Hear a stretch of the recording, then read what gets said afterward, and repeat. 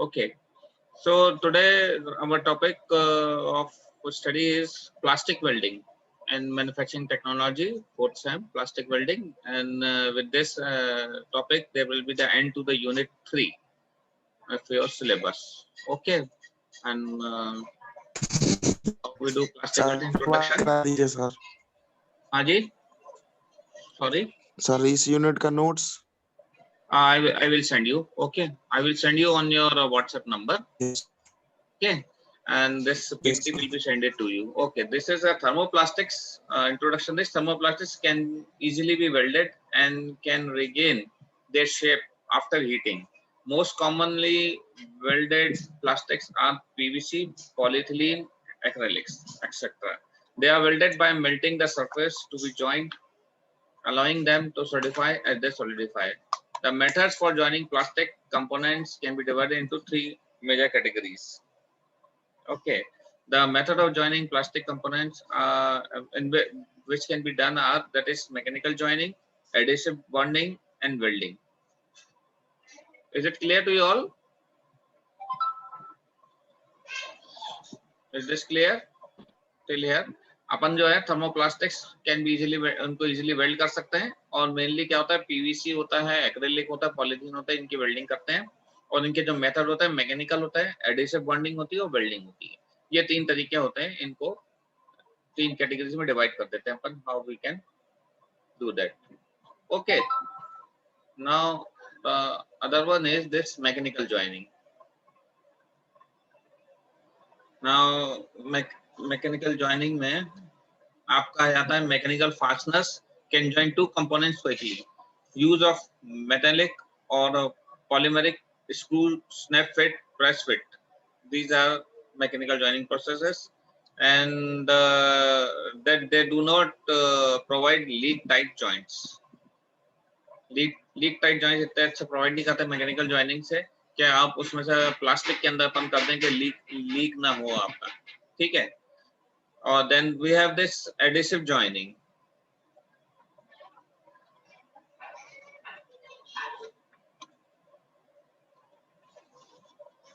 Now the other one is adhesive bonding, and adhesive is placed between the parts. It serves as the material that joins the part and transmits load, provide good properties and fully sound joints, but they are difficult to handle and slow to cure. This is adhesive bonding. And then we have welding. In welding, heat is melt or soften the polymer at the interface to be welded. अपन क्या करते हैं, जहां पर heat कर देते हैं, जहां पर वेल्ड करना होता है वो सॉफ्ट हो जाता है, उसको चिपका देते हैं, ठीक है। The welding can be used to produce bonded joints with the mechanical properties that approach those of parent material. तो मैकेनिकल प्रॉपर्टीज मैच होनी चाहिए वेल्डिंग के केस में, तभी हो सकता है bonding, then only it is possible.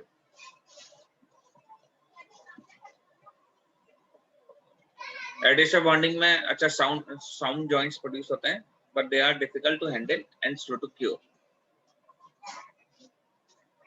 Till here it is clear to you all? Please take a screenshot. Everyone take a screenshot of this.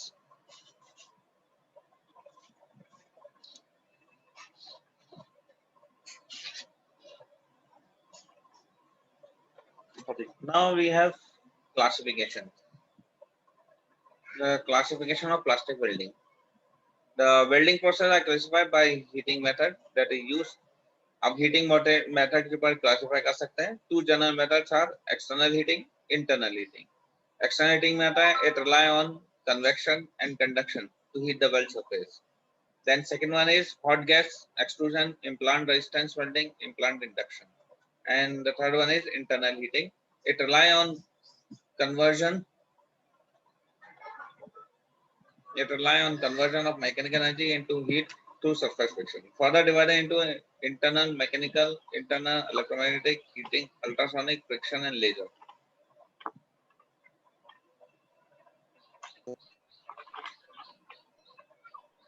Internal heating में आता है, it rely on conversion of mechanical energy into heat through surface friction.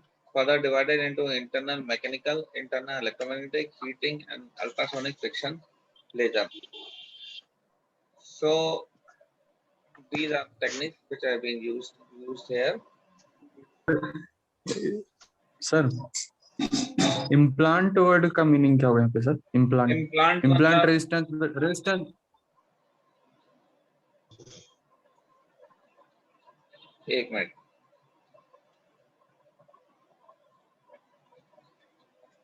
Induction current implant कर सकते हैं अपन, current pass कर दें, implant मतलब पास करना है, करंट पास करके अपन हीट कर सकते हैं, होता ही है नॉर्मली एक्सटर्नल हीटिंग से करंट करके हीट कर दिया आपने, that is implant induction.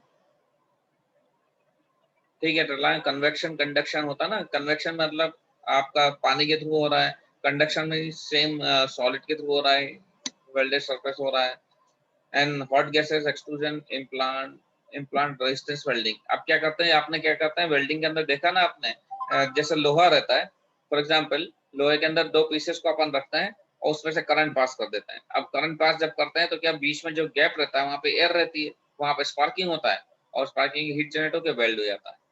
So that can be done in certain cases in plastics also. So plastic welding can be done. We can implant induction also in certain cases, in certain type of material. Okay, is that clear? Yes sir.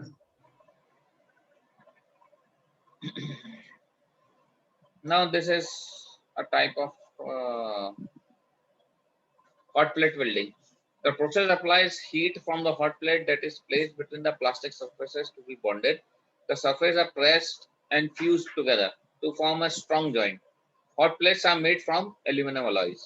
जैसे आपकी hot plates होती है, strips होती हैं, ये अपन hot plates are made from aluminum alloys. Normally aluminum alloys की बनती हैं, लेकिन इनके अंदर प्लास्टिक मोल्डिंग कर लेते हैं। Now holding fixture, जैसे आप देखिए एक स्ट्रिप है आपकी, ठीक है, हीटिंग प्लेटन है, सील स्टॉप है, पार्ट है, मेल्ट स्टॉप है, ये इस टाइप की प्लेट क्या है, होल्डिंग फिक्सर के अंदर इसको रखा अपन ने, देन हीटिंग प्लेटिंग इंसर्टेड, ये हीटिंग प्लेट को अपन ने ऐसा अंदर घुसा दिया। सेकंड इसमें थर्ड फिगर में देखिए, parts are pressed against the platen to melt edges, इनको अपने जोर से गर्म से प्रेस कर दिया, ज्यादा ये मोटा था, यहाँ पर आपने इसको नंबर 3 में प्रेस करके and then it has been removed, इसको रिमूव कर दिया आपने।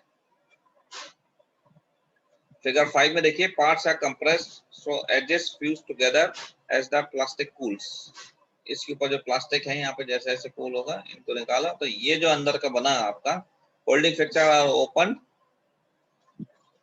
the bonded part in the lower fiction। क्या किया अपन ने, गरम प्लेट ली एल्यूमिनियम की, इसको गरम प्लेट को यहाँ रखा, इसको लेके कंप्रेस किया हीट करके, तो आसपास क्या हुआ कि ये यहाँ से मेल्ट हो गया। अब जल्दी से आपने गई गरम प्लेट निकाली और इसको लेके कंप्रेस कर दिया। यहाँ पर पार्ट 5 के अंदर देखो आपने, ये इसको जो गरम प्लेट थी अंदर रखी थी, ये उससे क्या हुआ कि आसपास का जो ये था जॉइंट, जहाँ से ज्वाइन होना था वो पिघल गया, है ना, अरे इट पे गेट्स हीट दी है मेल्टेड। ना उसके हाँ प्लेट के जी, थ्रू, इस प्लेट के थ्रू हीट दी है जो हाँ इस हमने प्लेट प्लेट के ली थ्रू है। हीट दिया अपन ने, और ज्वाइंट जो होता है आपके एंड के जो जिनको ज्वाइन करना था वो पिघल गया, उसको जल्दी से कंप्रेस कर दिया। Holding fixer open, leaving the bonded part in the lower fixer and then we have fixed it. So this is how the joining of plastic material can be done, and this is called hot plate welding. Hot plate welding. गरम plate रखी, उसके अंदर weld कर दिया, and hot plate welding can be done. Okay, is this clear? यहाँ तक clear है? Diagram से आपको ज्यादा क्लियर समझ में आ गया होगा।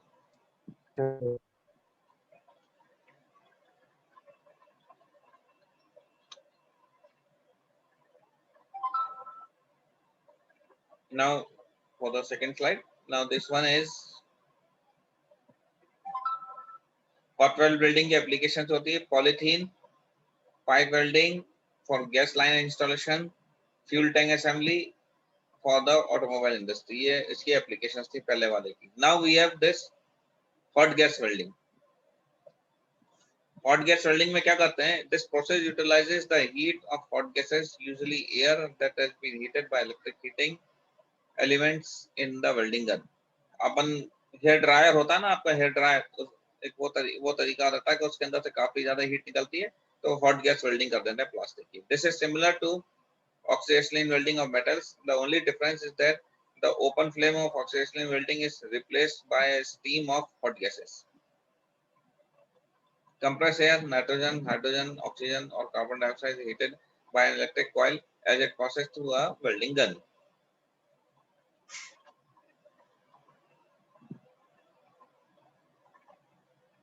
सर यहाँ पे कंप्रेस एयर का क्या यूज है? हाँ जी, कंप्रेस एयर का क्या यूज है सर? कंप्रेस एयर का अपन जैसे compress air, nitrogen, hydrogen, compress air use करने से ये रहता है कि इसमें अंदर यूज करते हैं अपन कंप्रेस एयर नॉर्मली टायर्स और ट्यूब्स के अंदर एयर को कंप्रेस करते हैं, तो कंप्रेस होने से ज्यादा हीट अप फास्ट हो जाता है और उसमें इम्प्योरिटीज रहती हैं। आप कंप्रेस एयर एकदम से यूज करोगे तो प्लास्टिक जल्दी मेल्ट हो जाएगा। ये इसकी यूटिलिटीज हैं इस कंडीशंस में। Nitrogen, hydrogen, oxygen, carbon dioxide is heated by an electric coil as it passes through a welding gun. जितने भी गैसेज हैं कंबाइंड हो जाएंगी इलेक्ट्रिक कॉइल के अंदर।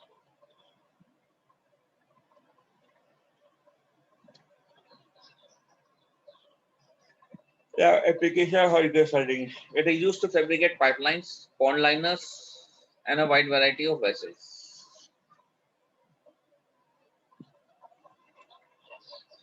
Use सर घर में किसी प्लास्टिक की वेल्डिंग कर सकते हैं सर? जैसे हमारे पास कोई प्लास्टिक पड़ा हुआ है उसको हाँ हम हाँ, आप वेल्ड प्लास्टिक की वेल्डिंग कर सकते हैं ना। आप दो पीसेस को ज्वाइन करना है, जैसे बाल्टी टूट जाती है तो आपको दो पीसेस को ज्वाइन करना है। तो आप एक दो तरीके हैं, एक तो मैंने बताया ना, हॉट प्लेट में क्या करो, चाकू को गर्म करो, दोनों ज्वाइंट के ऊपर रखो, एक्स्ट्रा प्लास्टिक लगाओ तो वो चिपक जाएगा। दूसरा ये भी हो सकता है आपका कि आपने वो उन दोनों को ज्वाइन किया आपने, जो क्रैक पार्ट है प्लास्टिक का या बाल्टी का या टब का, और उनको ज्वाइन करके आपने स्ट्रॉन्ग वाला हेयर ड्रायर जो आता है ना, बहुत स्ट्रॉन्ग हीट वाला हेयर ड्रायर आता है एक, वो आपने उसके ऊपर अप्लाई कर दिया तो वहां से मेल्ट हो जाएगा। मेल्ट होके आपकी वेल्डिंग हो जाएगी। You can do it at home also. Projects जो आप लोग बनाओगे प्रोजेक्ट में यूज होता है ये hot welding, gas sir welding. लेकिन ये सर रिलायबल होगा, स्ट्रॉन्ग? हाँ, रिलायबल रहता है, स्ट्रॉन्ग रहता है। Easy to use, thermoplastic can be welded easily. Limitations: slow manual process, cannot be used in mass production. ये इसके एडवांटेजेस हैं। आप इसका चाहो तो स्क्रीनशॉट ले लीजिए, ठीक है। Now we have ultrasonic welding. Ultrasonic welding भी होती है। This method uses mechanical vibrations to form the joint. The vibrations are high frequency. The parts to be assembled are held together under pressure between the oscillating horn and an immovable anvil and are subjected to ultrasonic vibrations of frequencies 20 to 40 kilohertz at right angles to the contact area. Alternating high frequency stresses generate heat at the joint interface to produce a good quality weld. Ultrasonic welding is divided into two major groups: near field, far field. The distance between the horn and the weld interface less than 6 mm से कम होगा तो near field होगा, and if it is more than 6 mm then it is far field. The distance between the horn horn and and weld का मतलब sir? हाँ जी, horn and weld horn मतलब या जिस पॉइंट को आपको जहाँ पे टूल ले जाना उसको हॉर्न कह रहे हैं। टूल को कितने पास ले जाना है, और जो इंटरफेस है जहाँ पे वेल्ड करना है, भाई ये दो पार्ट्स को वेल्ड करना है तो एक आप उसमें इस टूल को लेके आओगे ना, उसमें अल्ट्रासोनिक टूल को। Next figure it will be clear what is horn and what is weld. Okay, please take a screenshot of this ultrasonic welding. Sir what ultrasonic welding in plastics. ये जो mechanical vibration from the joint, ये sir हमको समझ नहीं आ रहा।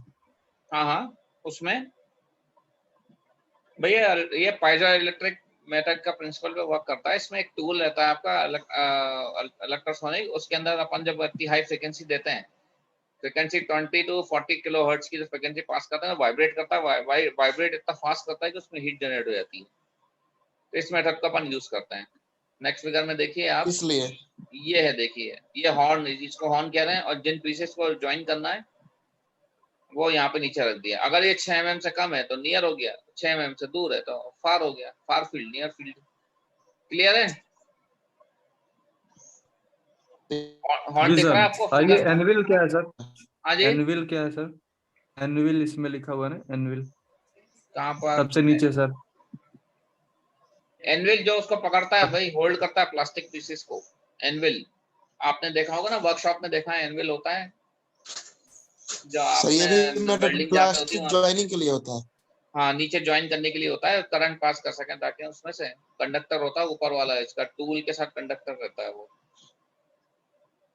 ठीक है, ये पावर सप्लाई है, ट्रांसड्यूसर है, न्यूमेटिक पिस्टन है, ये वाइब्रेशन क्रिएट करने के लिए, कन्वर्टर है, ये एनर्जी को कन्वर्ट करता है, ये बूस्टर है। देन सोनोट्रूड है, साउंड एनर्जी का इसके अंदर वाइब्रेशन होने लगते हैं 20 to 40 किलोहर्ट्ज। ये हॉर्न है आपका, जहाँ पे आपको रखना है। यहाँ पे दोनों प्लास्टिक रख दिए, प्लास्टिक मटेरियल जिनको आपको हीट करना, नीचे एनविल है, इन दोनों के बीच में एयर गैप आएगा और वेल्डिंग हो जाएगी। ये स्क्रीनशॉट ले लीजिए, और ये आपका क्वेश्चन आ सकता है, अल्ट्रासोनिक वेल्डिंग इन प्लास्टिक्स। ठीक है, जी सर। स्क्रीनशॉट ले लिया? Have you taken screenshot? Yes sir. Yes yes we take. Sir. Now this advantage is used in mass production because the welding time are relatively short. Application for both amorphous and semi-crystalline thermoplastics used to bond dissimilar materials. इनकी limitation है, horn size is limited to design constant. The process and tool must be adapted for the materials to be welded. इसकी applications आते हैं food packaging. Food packaging में देखा है ना आपने, क्या करते हैं वो उठा के ऐसा दबा देते हैं गरम करके। जो इसके जो पैकेट आते हैं ना आपके यहाँ, खारे चूड़ा के पैकेट जो आते हैं आपके, या स्नैक्स के जो पैकेट आते हैं, किसान वो खाता है। there we use this ultrasonic welding mainly.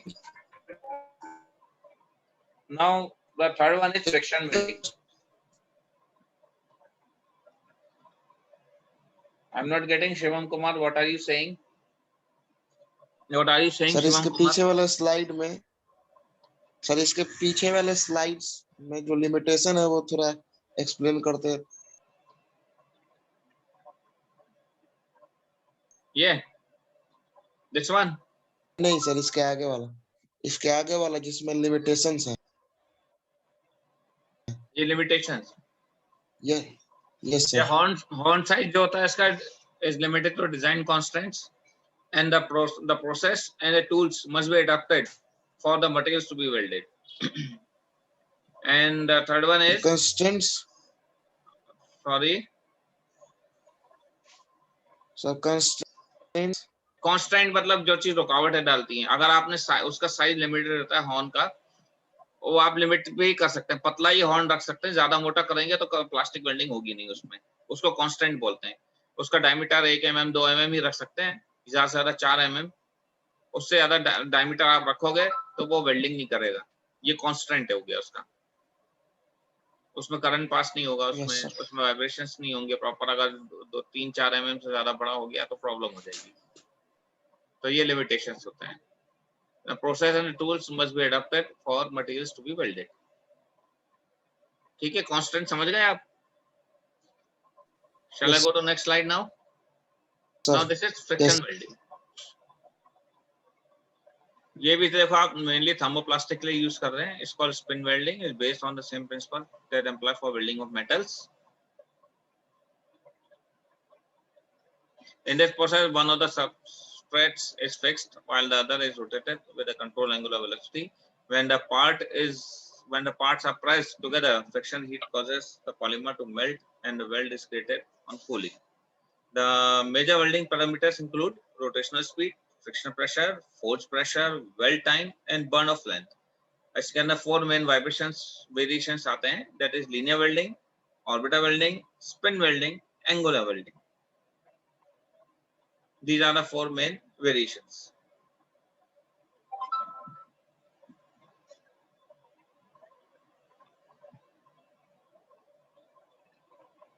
क्या किया उन्होंने, एक क्लैंप लिया, वर्कपीस को लिया और दोनों वर्कपीस को रोटेट करके जोर से दबा दिया, एकदम हीट करके, जैसे आप फिगर में देख सकते हैं। this friction welding takes place. Is that clear? तो दोनों को साथ में घुमाया, Sorry. दोनों को साथ में घुमा के, दोनों को साथ में घुमा के प्रेस किया सर, जो ये हाँ, उनको दोनों को piece है स्पिन और करा, rotate स्पिन करके घुमा दिया, एक साथ घुमा के स्पिन करके चिपका दिया। क्लैंप वर्क पीस है, जी। रोटेटिंग वर्क पीस है, वेल्डिंग सरफेस। ऐसा बहुत तेजी से अगर आप रोटेट करके करोगे तो हीट जनरेट होती है फ्रिक्शन की वजह से। अब वहां पे फ्रिक्शन के से जो हीट जनरेट होगी वो अपने आप चिपका देगी। ठीक है। जी sir. Advantages, high weld quality and simplicity of the process, बहुत सिंपल प्रोसेस है आपका। लिमिटेशंस है, one of the components is circular and requires no angular alignment. ये उस जगह ही एप्लीकेबल हो सकती है जहाँ पे सर्कुलर कंपोनेंट होते हैं और एंगुलर अलाइनमेंट नहीं होना चाहिए। थर्मोप्लास्टिक मैनिफोल्ड्स फॉर ऑटोमोबाइल इंडस्ट्रीज के अंदर ये पॉसिबल है, कुछ कुछ जगह पे बहुत कम यूज करते हैं। Hope it is clear to you all. Yes sir. अच्छा लगा, ठीक लगा आपको? It was very interactive section. Yes sir.